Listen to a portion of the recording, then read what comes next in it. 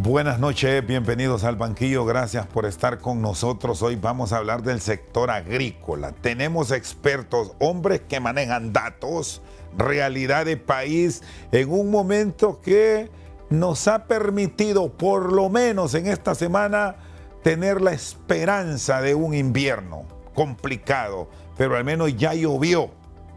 Incluso aquí en la capital de la República, no como lo hemos esperado, pero ya hay lluvias. Dios nos siga dando esta bendición. También tenemos hombres que trabajan y que siembran, que son, yo les digo, en este tiempo que hablamos mucho de tecnología y nos hemos olvidado del campo, de los de verdad, de los que arriesgan capitales para que nosotros comamos. El ingeniero Guillermo Cerritos, el ingeniero José Segovia Nestroza, ambos son zamoranos, ¿verdad? Así es. Pero usted es el jefe de ellos, me dijo. Él es mi padrino. Aclarando por asuntos de promociones, ¿verdad? Cuando me toque presentarme te vas a dar Ahí cuenta. nos da la razón. Y tenemos también en San Pedro, es zamorano también, el ingeniero También Jacobo Paz. Paz. Ingeniero, ¿qué tal? Buenas noches, qué gusto saludarlo. Con usted quiero arrancar porque está en una zona muy productiva, pero hay que ver cómo se restablece. ¿Qué tal está? Qué bueno Gracias, saludarlo. buenas noches. Un gusto con estos dos amigos de hace muchos años y con usted, Chendo, también. Mucho gusto. ¿Cómo está el campo? ¿Qué urgencias reales están demandando para lograr, por lo menos en algunas zonas, tener la producción de subsistencia en estos momentos tan críticos, no solamente para Honduras, porque debemos decir que esta prolongada sequía pasa factura casi en todo el hemisferio occidental? Bueno, en primer lugar, creo que hay zonas en el corredor seco en donde ya tanto Copeco como el mismo secretario de Agricultura estableció que para primera no deberían de sembrar, no deberían de arriesgar en producción. Esas zonas definitivamente que tienen que ser atendidas en diferente manera por el gobierno de Honduras y los organismos internacionales que nos han ayudado en el pasado. En otras zonas definitivamente hay posibilidades de conseguir buenas cosechas. Yo siempre he sostenido, Chendo, en diferentes reuniones y con los mismos productores, compañeros, que al final del día lo importante es el mercado, porque el mercado es el que termina pagando los costos nuestros, tanto de operación y la cierta utilidad que podemos tener. En nuestro país cada vez hemos visto cómo dependemos de importaciones, incluso de productos básicos de los países vecinos. Guatemala prácticamente es nuestro proveedor principal de una serie de hortalizas, legumbres, y Nicaragua, aunque creamos, unos dicen que no, pero Nicaragua ha sido también un proveedor de frijol rojo. Entonces yo sí creo que tenemos un reto interesante, creo que el actual ministro lo conoce y lo está abordando adecuadamente. Aquí siempre, ¿verdad? El ministro puede rodearse de excelentes asesores y gente que lo aconseja y también técnicos que van a estar con él, pero al final del día los héroes son los productores. Y ahí es donde se tiene que enfocar todo el esfuerzo y ahí es donde se tiene que enfocar también todo el apoyo que se les tiene que dar. El tema de las sequías, cada cierto tiempo lo vivimos en el 2014 y se estableció un programa para combatir esto, que por desgracia aquí en el país se acostumbra que cada 4 años los programas que venían antes no se continúan, sino que se dejan por un lado para empezar con otras cosas que de repente no son las mejores ni dan el resultado que se espera a mediano y largo plazo. ¿Qué riesgos estamos enfrentando, ingeniero José Segovia, en este momento crítico ya de país? ¿Cómo deberá enfrentar, el Estado con lo que puede a ese productor que requiere de la asistencia? ¿Y cómo deberá tener el respaldo también aquel gran productor que arriesga su capital, pero desde luego necesita cierto tipo de garantía para que lo que invierte también se traduzca, si se puede, en una ganancia para él, hablando de que cosecho, pero quiero precios de garantía que me beneficien para yo seguir en el campo y no vengan esas importaciones que nos están pasando factura en mucha producción. Buenas noches, don Pepe. Bueno, mi nombre es José Segovia, soy egresado de la Escuela Agrícola Panamericana de 1956 y trabajé en el transcurso de mis 91 años, más de 50 años en todo el país, principalmente en extensión agrícola, desde las Islas de la Bahía hasta Mapala y de Puerto Castilla hasta San Marcos de Ocotepec. Conozco todo el país. Aquí se habla de sequía y es vergonzoso que este país hable de sequía y que al mismo tiempo se esté pensando que esa sequía va a afectar el consumo o la producción de alimentos. ¿Por qué digo esto? Honduras es un país privilegiado por Dios, Rosa. Tiene de los 5 ríos más largos en recorrido de toda Centroamérica. Y para que tengan un dato el público sobre lo que están hablando, cuando hablan de sequía y la incongruencia de ese término, voy a pasarles estos datos. Permítame leerlo, de 95.000 millones de metros cúbicos y un metro cúbico equivale a 5 barriles, es decir, que tenemos 475.000 millones de barriles, estamos hablando de agua, 12% de represas agrícolas y con posibilidades de servicio potable, 88% riega o se va al mar. Exactamente. Entonces, si usted tiene esta cantidad de agua que es inmensurable, es enorme. Y la tenemos hoy en estas circunstancias. Es el promedio anual de Honduras. En estas circunstancias, que ojalá y no se dé, se está anunciando que lo que sucedió en 1821 puede ir a repetirse. Ojalá que no se repita, porque eso sería desastroso, porque ya no estamos hablando de la población de 1821, sino de 2026. Pero bien, ¿por qué tendría que sufrir este país, Rosendo, una situación de esas, cuando lo único que tiene que hacer es reservorios de agua para retener esa agua? Ya sea para consumo humano, ya sea para irrigación, ya sea para lo que le dé la gana. Pero si usted solo está reteniendo el 12%, lo único que está demostrando es incapacidad, incompetencia, indiferencia, falta de gobiernos que realmente estén pensando en lo que debe darse. Usted acaba de poner a Jacobo Paz. Jacobo Paz en el 2014 anuncia que va a seguir un programa de reservorios de agua. Yo le escucho y le digo, Jacobo, vamos a Zacualpa para que veas el potencial que se puede desarrollar ahí.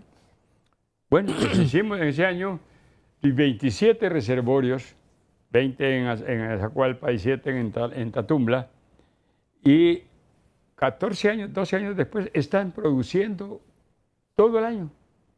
Los agricultores ahí están produciendo todo el año. O sea, es un asunto de voluntad.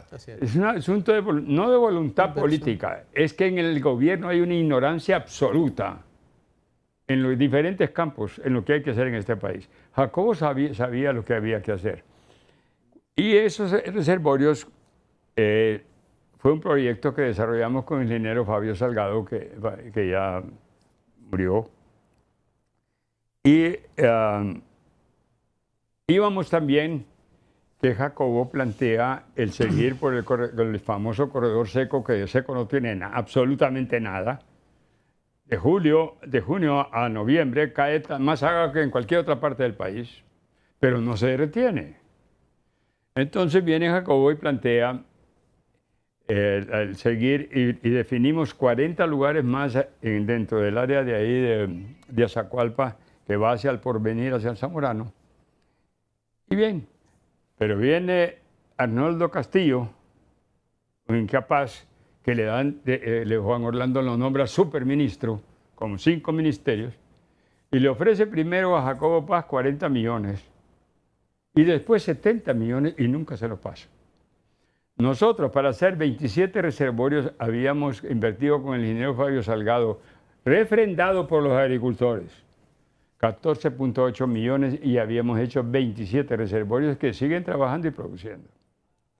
Entonces dijimos, bueno, con esta cantidad de dinero, 40 millones y 70 millones más, eran 110 millones aquí, dejamos ya las bases de una... Arrancan. De arranca la capacidad de retener agua de este país. Este país es una vergüenza, Rosendo, que se hable de sequía y falta de agua. Hay un muchacho, alcalde, en la vía de San Francisco, ya va para la tercera laguna con Geomaya, y ya tiene 724 agua en varios de sus barrios, solo con el agua, solo con retener el agua que cayó en el periodo de lluvia, no porque no agarrando de ninguna quebrada ni nada, de las cunetas metidas a un reservorio de agua.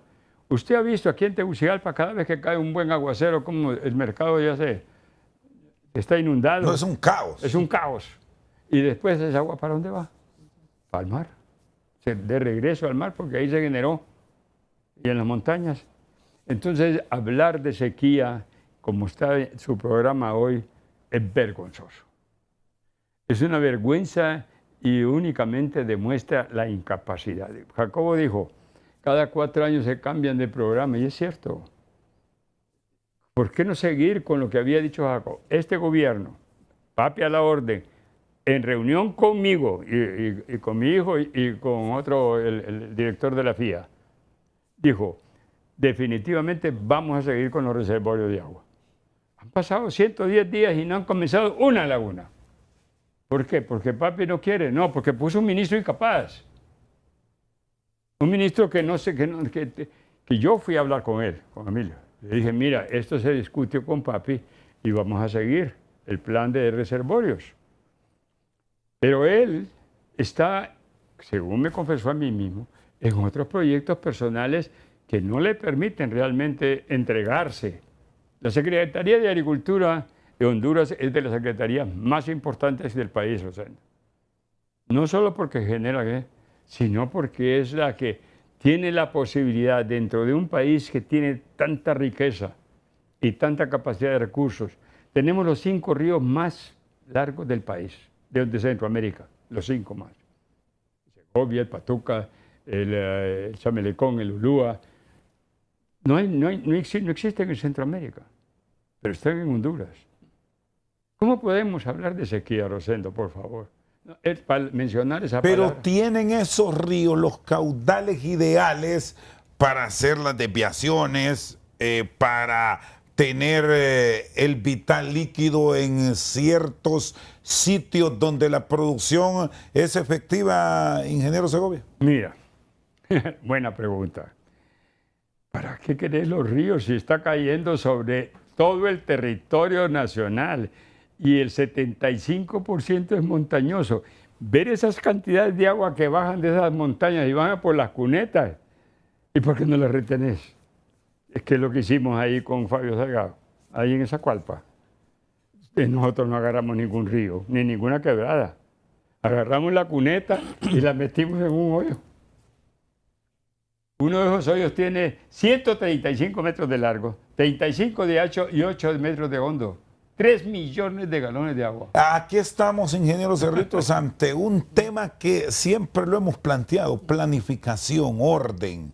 Estamos a tiempo en medio de que debemos decir que recién es que han caído las primeras lluvias, que no tenemos aquellos inviernos, por lo menos en este año, que nos llovía en mayo. Incluso yo recuerdo, allá cuando estábamos pequeños, que desde abril comenzaban las lluvias.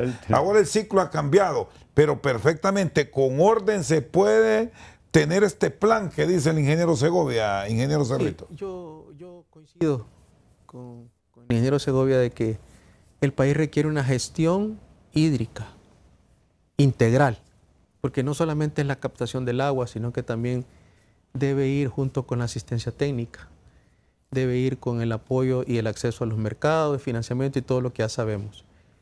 Usted me pregunta sobre el tiempo, pues hubiese sido lo ideal haber empezado en el inicio de la gestión con una política orientada hacia la captación de aguas, refiriéndonos a la construcción de reservorios. Pero bueno, el tiempo perdido hasta los santos lo lloran, ya no podemos recuperarlo. Creo que si en este momento se está hablando de 78 municipios, a los que se les ha dado una recomendación de que no se siembre, porque no van a cosechar, valga la redundancia, entonces lo conveniente sería inmediatamente implementar la construcción de reservorios en esos 78 municipios donde va a haber una sequía agrícola, pero siempre va a haber precipitación. Entonces considero que si en esos municipios ya se tenían destinados recursos para entregarle fertilizantes, semillas o otro tipo de incentivo o de asistencia, que inmediatamente se reorienten para la construcción de reservorios. Creo que fue premeditado este programa coincidir con el ingeniero Paz y coincidir con el ingeniero Segovia, porque ambos pudieron hacer equipo, trabajo en equipo en esta zona de Azacualpa y Tatumbla con la construcción de reservorios que hoy son evidentemente exitosos. Entonces deberíamos tomar estos casos de éxito como casos de referencia para replicarlos en todo el país.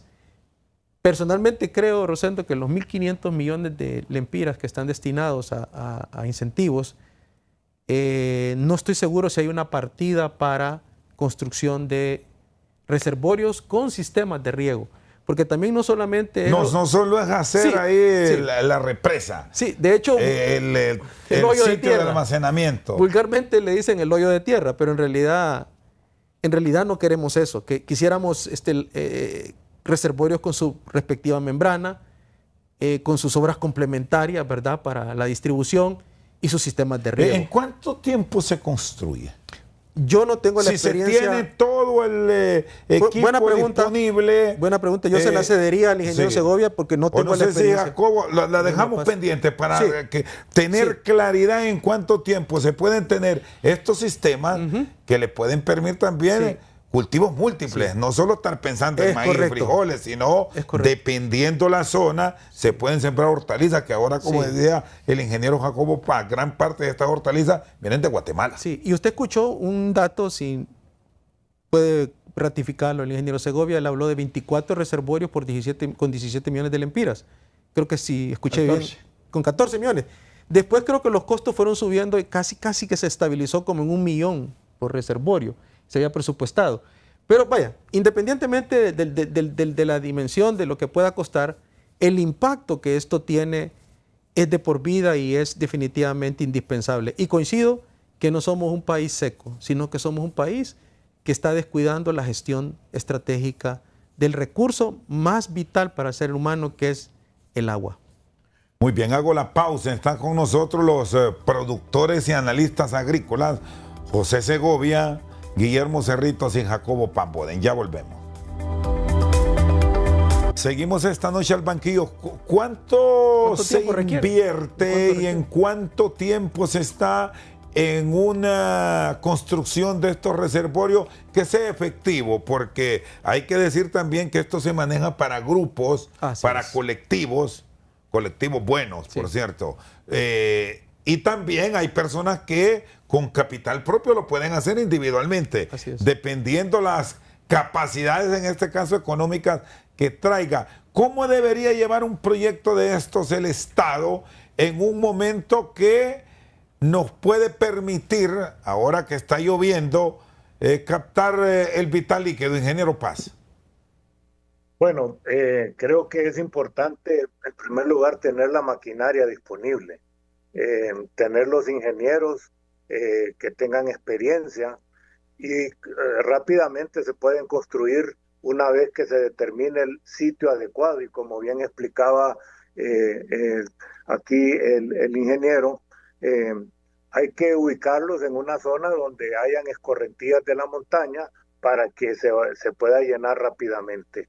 Estos reservorios de agua no afectan ninguna fuente de agua actual, que ningún río, ninguna quebrada. Ese es un beneficio que se tiene porque es captación de agua, es cosecha de agua, por eso se le llama así.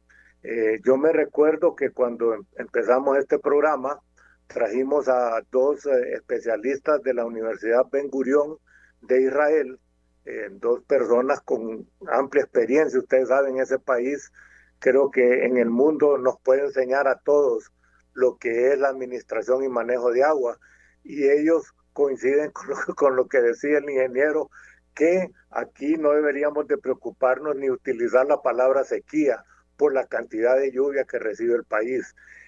Yo estuve en Israel, tuve el privilegio de estar en unas zonas donde cada 3 años recibían 700 milímetros de agua, lo que aquí se puede recibir prácticamente en 2 meses en las zonas quizás más secas de Honduras, y en las zonas donde llueve más se reciben más de 2.000 milímetros al año de agua. Así que es importante tener el presupuesto, ¿verdad?, establecido. Todos sabemos cómo es el tema de gobierno, no es lo mismo que la empresa privada en el tema de presupuestación y en el tema de ejecución, pero una vez que se tengan los fondos disponibles es importante tener la contratación de las empresas privadas que vayan a hacer ese trabajo y lógicamente la supervisión por parte de una empresa supervisora externa, y también dentro del Estado hay personal de ingeniería que podría también servir para darle seguimiento a estos proyectos. Pero Dejemos, sí es importante. sí. Sí, Sí, no, concluye, ingeniero, perdón.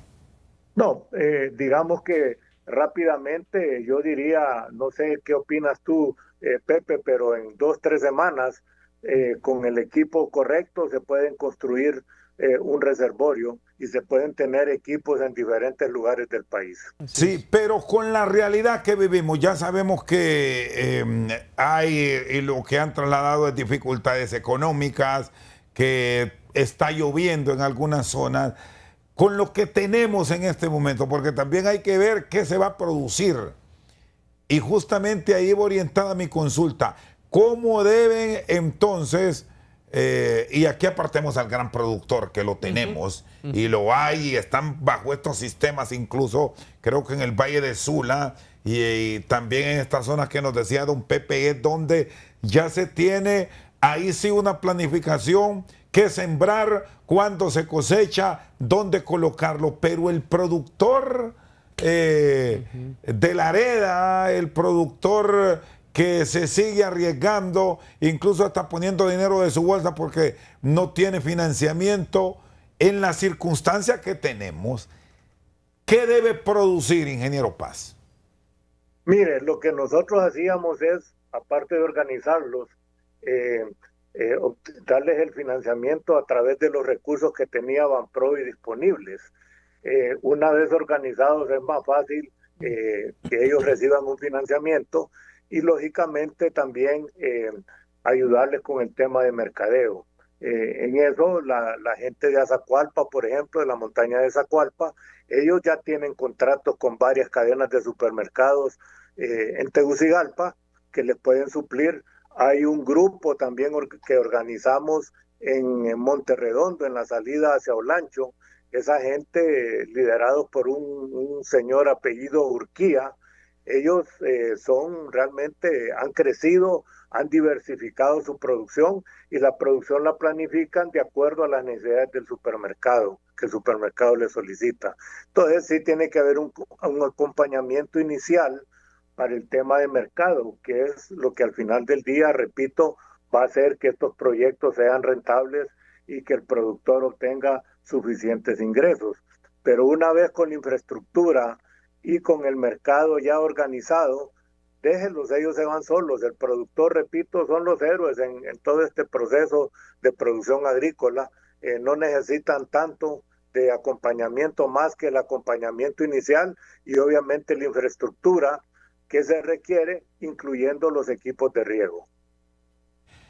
Ingeniero José Segovia, ¿cómo se deberá trasladar seguridad al productor? Si es que podemos hablar de ese término, ahora que ya en algunas zonas ya llovió y ya han comenzado con la esperanza de siembro para cosechar. Bajo las condiciones actuales, todo es un fracaso.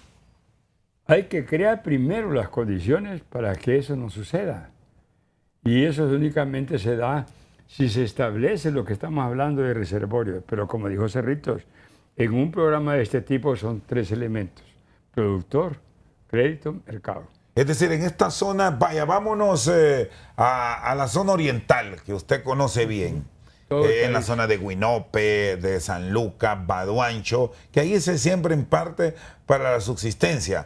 Comparemos esa zona con lo que se puede obtener en el Valle de Jamastrán. ¿Qué hacer? Mire, los valles, el 80% de la producción de Honduras está en manos de los pequeños productores. ¿A quién tenemos que darle la asistencia técnica? ¿A quién tenemos que darle el crédito o buscar la fuente de crédito? ¿A quién tenemos que facilitarle el mercado? Al pequeño productor. Como usted bien lo dijo. ¿Y el grande para qué lo necesita? Si ese ya tiene su mercado, ya tiene su forma de operación, ya tiene todo.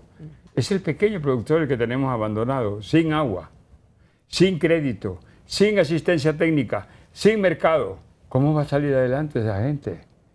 Usted puede sacar a Honduras adelante, Rosendo, en 6 meses si quiere, pero tiene que tener una definición de qué es lo que hay que hacer en el país. El país no puede seguir abandonado.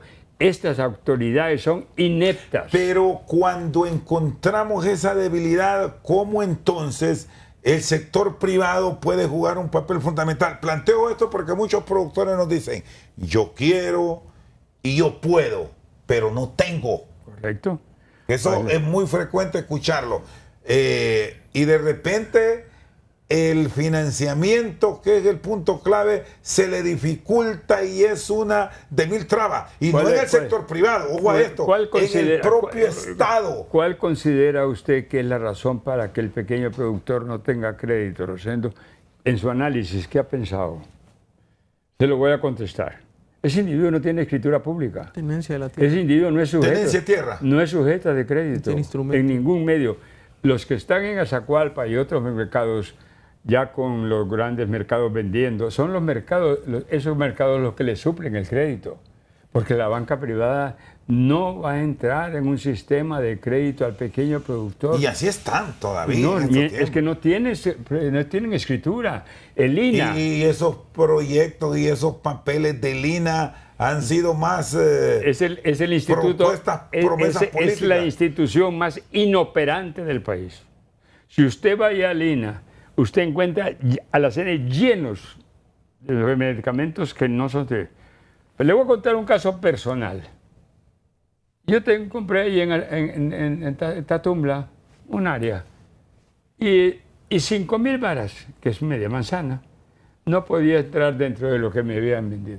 Tengo 7 años en el INA buscando solución a media manzana. José Segovia. Ya se imagina usted un campesino analfabeto entrando a esas instituciones. Pasan años de años. Ayer estaba un señor de la costa norte de Rosendo buscando una solución agraria para una cooperativa. ¿Sabe cuántos años tiene ese señor de estar buscando solución? 29 años. Eso debería desaparecer. Le digo al señor presidente en una reunión particular que tuvimos 2 meses antes de que tomara la presidencia. Señor presidente, hay que establecer un instrumento legal que permita a través de las alcaldías obtener propiedad a ese individuo que usa esa tierra desde hace 10, 15, 20 años, pero que no puede ir a un banco porque no tiene un documento.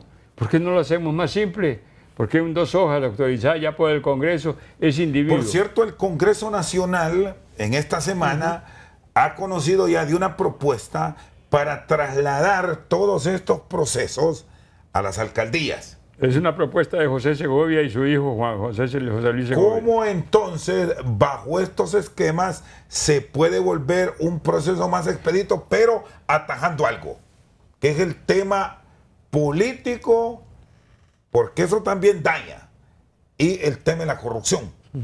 ¿Cómo deben trabajar los alcaldes? Mire, yo cuando inicié en 1956 a trabajar en el campo, entré a trabajar con un programa de crédito agrícola supervisado establecido por Juan Manuel Gálvez. El índice de recuperación era del 98%.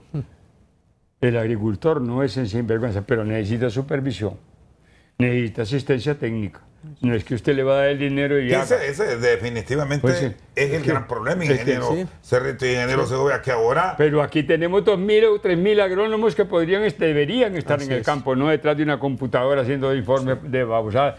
Vaya usted al Ministerio de Agricultura, 1.150 empleados. ¿Y dónde están? Detrás de un escritorio. ¿Y el campo?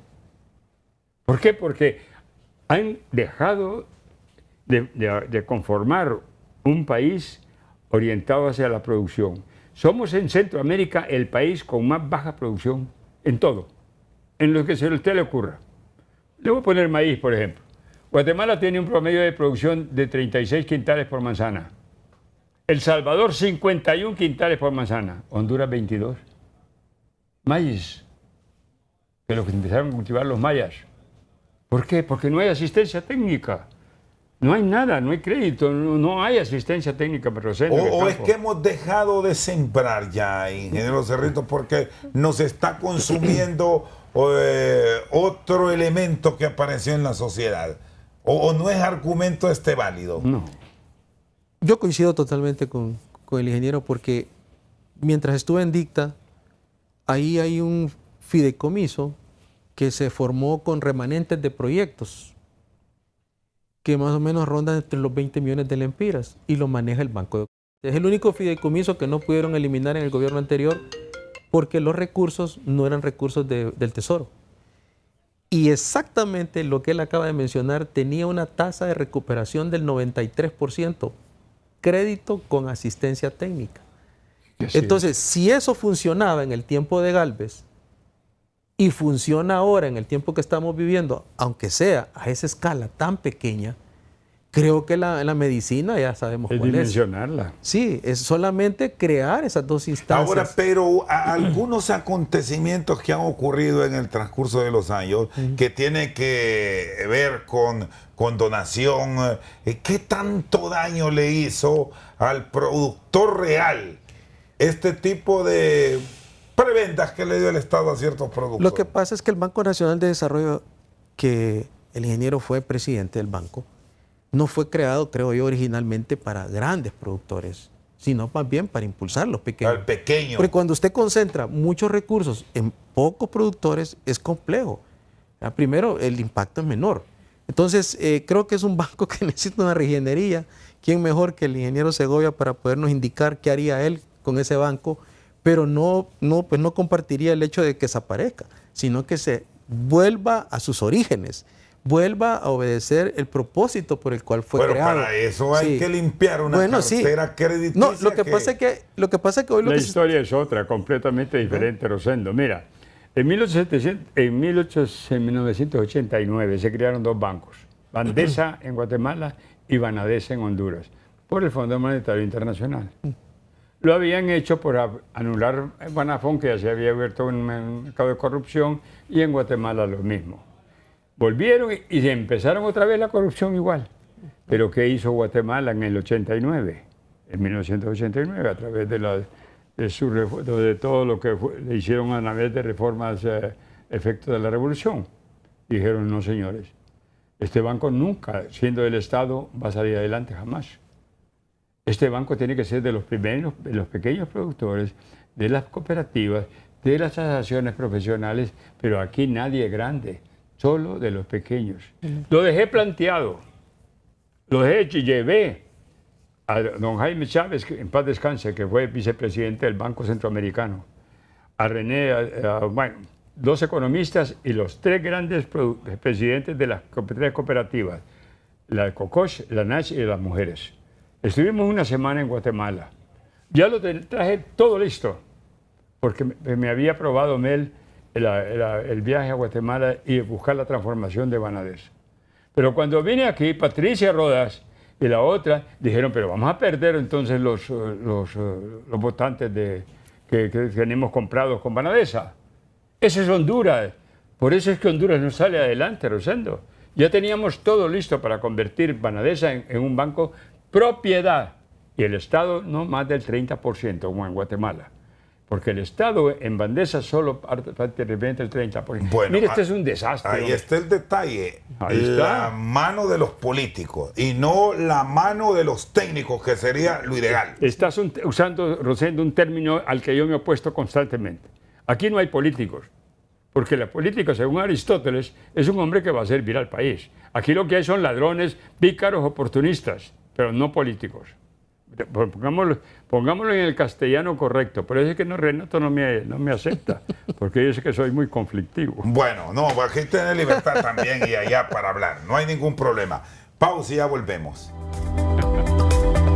En nuestro cara a cara de hoy, yo le traslado este interrogante al ingeniero Jacobo Paz. ¿Hay forma como ahora, que ya deberíamos estar sembrando algunos productos, se encuentren recursos para que ese pequeño productor, que es el que dice el ingeniero Segovia, hay que apoyar, encuentre financiamiento, sea este del Estado, de la banca del Estado, que ahí está, o el mismo sector privado, con los avales correspondientes, nuestro cara a cara? Pero Jacobo Paz, lo escucho. Sí, mire, definitivamente el principal proveedor de estos créditos debería ser el Banco Nacional de Desarrollo Agrícola, pero hay que protegerlo. El día de ayer vi que el presidente tuvo una reunión con el presidente de una empresa que provee seguro agrícola en toda América Latina. Creo que es algo que debería el banco también utilizar para asegurar el tema de cualquier problema climático. Pero lo más importante, Rosendo, es de todo lo que hemos hablado anteriormente, qué hacer en este momento y de aquí en adelante. La razón por la que yo quiero enfatizar eso es porque el fenómeno del Niño todavía no hemos visto el efecto. Esto está empezando y ese efecto adverso del fenómeno del Niño se va a prolongar en el 2027. Ahorita no es cuestión de resolver algo a corto plazo. Tenemos que, como decíamos al principio, hacer una estrategia a mediano y largo plazo y ojalá que los gobiernos del futuro también respeten esto, porque el sector agrícola hay que pensar en el largo plazo. No se puede pensar en el corto plazo porque estamos, en primer lugar, afectando muchas familias que han tenido el valor de continuar en el proceso de producción agropecuaria. Entonces tiene que haber un sistema que les provea el financiamiento adecuado, tiene que haber un sistema que les provea la asistencia técnica a esos pequeños productores y lógicamente también tiene que haber un sistema que les asegure que van a tener infraestructura y en eso estamos hablando sistemas de recolección de agua, sistemas de riego, carreteras secundarias y terciarias adecuadas para sacar sus productos. Eso se puede hacer y repito, el Banco Nacional de Desarrollo Agrícola puede hacerlo siempre y cuando tenga bien claro que, en primer lugar, hay que, esos productores tienen que estar apoyados con sistemas de asistencia técnica, tiene que ser un crédito oportuno también y también tiene que tener seguridad de mercado. Si encadenamos... Otro elemento, perdón ingeniero, aquí hay otro elemento que nos pasó recientemente con productores. También el Estado debe crear las garantías más allá de lo que escuchamos de algunos funcionarios y hay que respetar porque hay una normativa que habla de los acuerdos de asociación, de los tratados de libre comercio con algunos países, pero tampoco hay que ser más papistas que el Papa y revisar la economía de Honduras y no la podemos comparar con la holandesa o los Países Bajos. Así es. No sabemos el erudito que se nombró para ese tipo de negociación, pero aquí que vivimos pidiéndole tanto a ustedes que cosechen, que produzcan.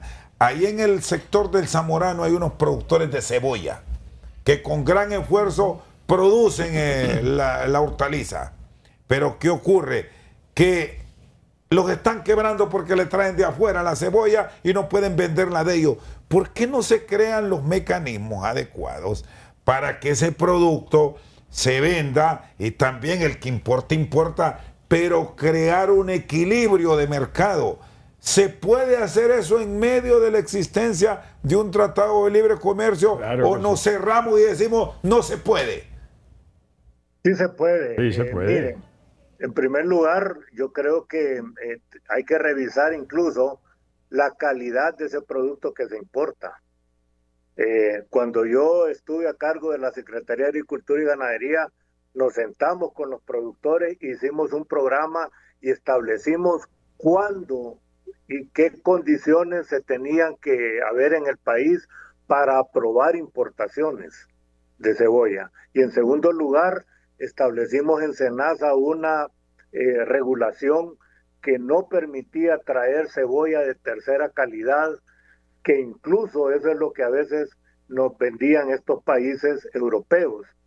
Le voy a decir que en ese momento, y no quiero, yo no soy el héroe aquí, pues, pero en ese momento hasta el embajador de la Unión Europea me pidió una cita y fue a hablar conmigo muy molesto porque le estábamos poniendo trabas a la importación de esa cebolla. Cuando yo le presenté el reglamento que teníamos y le pregunté, ¿usted compraría esta cebolla para el consumo de su casa, de sus hijos, de su familia? Y se quedó callado y aceptó que tuviésemos esa regulación que permitía restringir el volumen de cebolla de tercera calidad que venía al país. Tuvieron que importar cebolla de mejor calidad y eso hizo que los precios subieran. Entonces la cebolla hondureña ya tenía un precio competitivo. Eso se lo pueden decir los productores de Ocotepeque. Yo personalmente estuve en Ocotepeque y ahí establecimos en una reunión con los productores las fechas de producción que iban a haber tanto en Ocotepeque como en el Zamorano. En Comayagua también se estaba cosechando en ese tiempo bastante cebolla y establecimos que se le iba a dar prioridad a la producción nacional y después se iba a aprobar las importaciones de cebolla. Quiero decirle que ese tema es un tema conflictivo porque, bueno, si revisamos los periódicos de los años 2016, 2017, hasta asesinatos hubo entre los importadores de cebolla por ese tema, porque es un tema de que genera también muchas ganancias o generaba muchas ganancias por el tipo de cebolla que traían. Traían cebolla de tercera calidad y la vendían al precio de la cebolla de primera calidad que se produce en el país. Eso se puede hacer. Sí. Y aquí hay un elemento que lo hemos venido abordando también en los espacios de HRN en esta semana con el ingeniero Cerrito, justamente, y ponemos el ejemplo de la cebolla, pero ahí encontramos otra serie de productos que también deben tener sus regulaciones. Hay que comprarle primero al que se esfuerza y produce en parte en Honduras para luego ir con otra compra ya diferenciada de productos del extranjero. Establecer la calidad del producto que se va a importar. Venda cualquier cosa. Así es. Reglamentar. Ahora, hay otro elemento de lo que mencionó Jacobo que tampoco es posible en Honduras y es el seguro. ¿Por qué el seguro agrícola no se puede? Porque es carísimo. Cuando tratamos de establecerlo en Manadesa, con México, ahora costaba el 11%, cuando no debería costar más del 3%. ¿Por qué? Porque si no tenés agua, si no tenés asistencia técnica, todo eso va disparando. Todo va disparando el costo del seguro. Con esas carencias, ¿cuánto cuesta un seguro promedio así rápido? Sin las carencias, no más del 3%. No, pero como aquí tenemos carencias. Hasta el 11. De 10 a 11. 9-10%. Sí. Y no puede. 9-10%. No puede, no lo soporta. Y no hay financiamiento. No soporta el producto. Si me permite. Tiene que subsidiarlo el gobierno. Eso quería decir yo. Si me permiten, sí. Así es. Ratifico eso.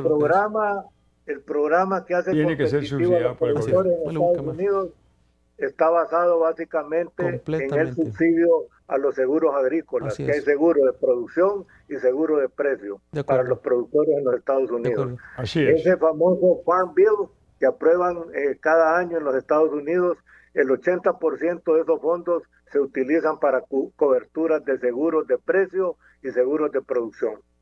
Muy bien, hago la pausa y luego venimos al cierre aquí en el banquillo. Seguimos esta noche al banquillo. ¿Cómo encontrar financiamientos adecuados? ¿Se puede hablar de ese término ahora con el apoyo que el Congreso se apresta a discutir? Habla de un fondo de 1.500 millones de readecuación, porque también en la agricultura, ingeniero Cerritos, ingeniero Segovia y ingeniero Paz, hay palabras prohibidas que las plantean y asustan al sistema.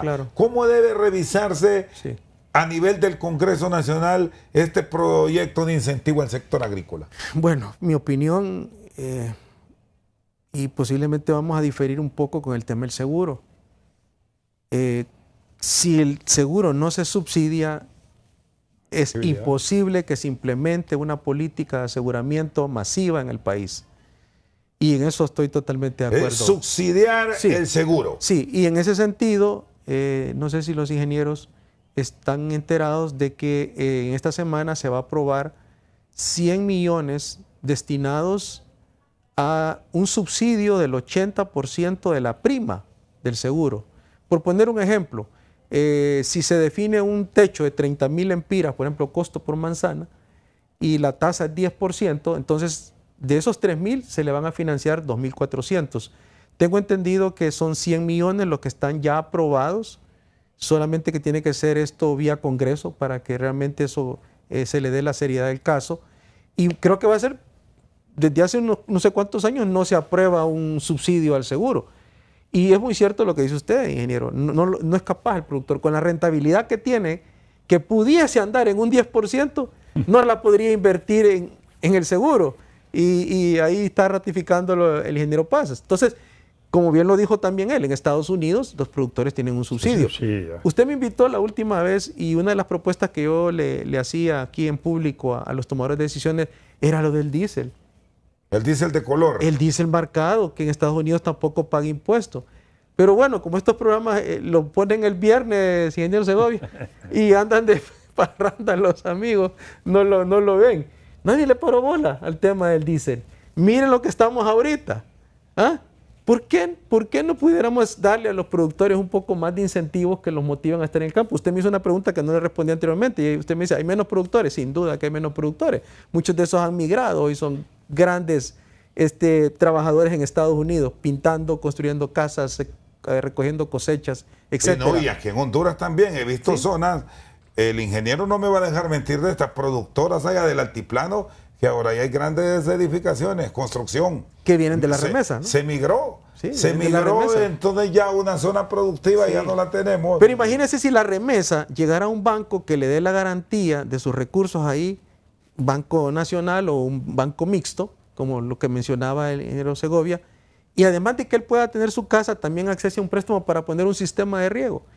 Yo no lo miro nada lejos de una posibilidad. Alguien que realmente tenga una manzana, 2 manzanas con riego, pues. O sea, tiene su casa y esa remesa también la utiliza de forma adecuada, porque la remesa se va en consumo.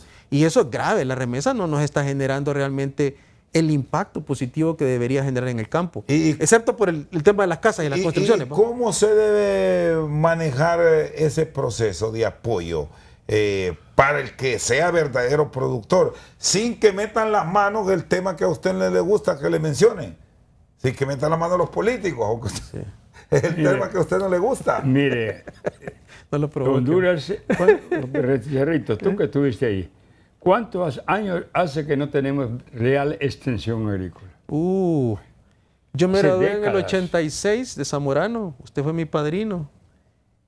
Y ahí empezaba a extinguirse el programa de extensión. Pues tú sabes, 40 años. Es que después de la ley de modernización, Estados Unidos prácticamente desapareció. En este momento, sí, la extensión agrícola sigue siendo prioritaria. Y a través de las universidades. A través de las universidades. Exacto. Para poder sacar adelante. Ellos tienen asistencia técnica. Aquí no tenemos extensión agrícola. Totalmente, buen ejemplo. Ahí están sentados un montón de agrónomos y oficinistas en esas. La Secretaría de Agricultura, donde estuvo Jacobo, tenía 3 edificios llenos de gente. Y el campo nada. Ya tenemos que salir de eso. Hay que decir, hay incompetencia casi 40 absoluta años. Casi 40 años. En el gobierno. Bueno, se le voy a poner un ejemplo que lo han advertido estas autoridades actuales. Con las necesidades que tenemos, se arruinó una semilla porque no se entregó, se dañó un fertilizante porque no se entregó. No sé, comida, ahí en el Lima, miles de quintales de frijoles de maíz. El frijol que ahora la cocción no es a 1 hora, sino que es a 3 horas. Cocimiento lento. Hagamos más programas como estos para instruir a este pueblo. Mira, este pueblo ignora una cantidad de cosas, Rosendo, que no te imaginas. No saben. Ustedes como productores los desilusiona esto. ¿Hace cuántos años produce usted? Tiene 91 años. Te frustra. Yo ¿Y ha querido tirar la toalla como muchos o se considera un luchador? No es que quieres tirar la toalla, es decir, si Costa Rica te lleva 100 años, ya te imaginas cuál es la razón. En Costa Rica no hay analfabetos. Anda al campo aquí en Honduras. ¿Cómo llevas tú educación y enseñanza a un individuo que no sabe leer? Es que aquí no se sabe. No, pero aquí en se el cree gobierno pasado nos dijeron que nos enseñaron a leer con el programa de Cuba. Aquí creen, aquí ustedes, los tegucigalpenses, porque yo me salí hace más de 50 años, creen que Honduras es Tegucigalpa. No, el campo está abandonado. Sí. Abandonado. ¿Cómo está, cierro con usted, ingeniero Paz, cómo está el occidente? Que es una otra zona, cosa. Esa es otra historia. Que es una zona donde el clima en estos tiempos, que no lo debemos dejar de mencionar, de pronto se puede sentir y vivir diferente que aquí. Porque ya Salvador es frontera y Guatemala es frontera, ahí es otro país. Ingeniero Jacobo. Bueno, mire, en primer lugar, la gente aquí en la zona es muy trabajadora, tiene mucho arraigo al campo. Lo podemos ver tanto en la producción de café, producción incluso de granos. Por ejemplo, hay una zona en el Corpus, en el municipio de La Unión, Copán, que es una zona altamente productora de sandía, cebolla, tomate, pepino, y le comentaba antes del programa al ingeniero Segovia que un alto porcentaje de esa producción se va para El Salvador, es exportada a El Salvador, con éxito, ¿verdad? Gente que incluso con ellos trabajamos cuando yo estuve en la Secretaría y les hicimos un par de cosechas de agua que continúan trabajando con alto grado de eficiencia. Aparte, en la zona de Occidente hay unos valles muy fértiles también. El ingeniero Cerrito sabe muy bien de eso. Y eso ha hecho que tanto proyectos agrícolas como ganaderos sean bastante efectivos en la zona. Me da un poco de pesar cuando paso por ese valle de la Venta, que es el valle que está antes de llegar a la entrada de Copán, y ver cómo se está creciendo en hacer viviendas y se está perdiendo mucha tierra agrícola. Aquí hay una ley que supuestamente nos debería de llevar a un ordenamiento de tierra, que esa ley no la aplican, o sea, las alcaldías no le ponen atención. Lo mismo está ocurriendo en el Valle de Comayagua, se están perdiendo tierras agrícolas, y en el Valle de Comayagua, por ejemplo, hay 3 proyectos de riego del gobierno que están ahí y que poco a poco no van a ser utilizados para sembrar o para regar cultivos, sino que van a ser utilizados para tener car wash y otro tipo de negocios. Entonces, eso requiere también un pensamiento estratégico a mediano y largo plazo para ordenar más el país. Pero en términos generales, en la zona de Occidente, yo siento que hay un desarrollo agrícola interesante. Tuvimos un problema hace un par de años de escasez de mano de obra. Poco a poco se ha ido solventando eso, especialmente para la cosecha de café. Vamos a ver este año cómo se pinta eso. También vamos a revisar qué efecto tiene la falta de lluvias o el atraso del ingreso de las lluvias en la producción de café este año. Espero que no sea mucho, pero repito, el 2027 también puede ser un año complejo en el término de que ya el tema del fenómeno del Niño también va a estar en efecto en esta región del mundo.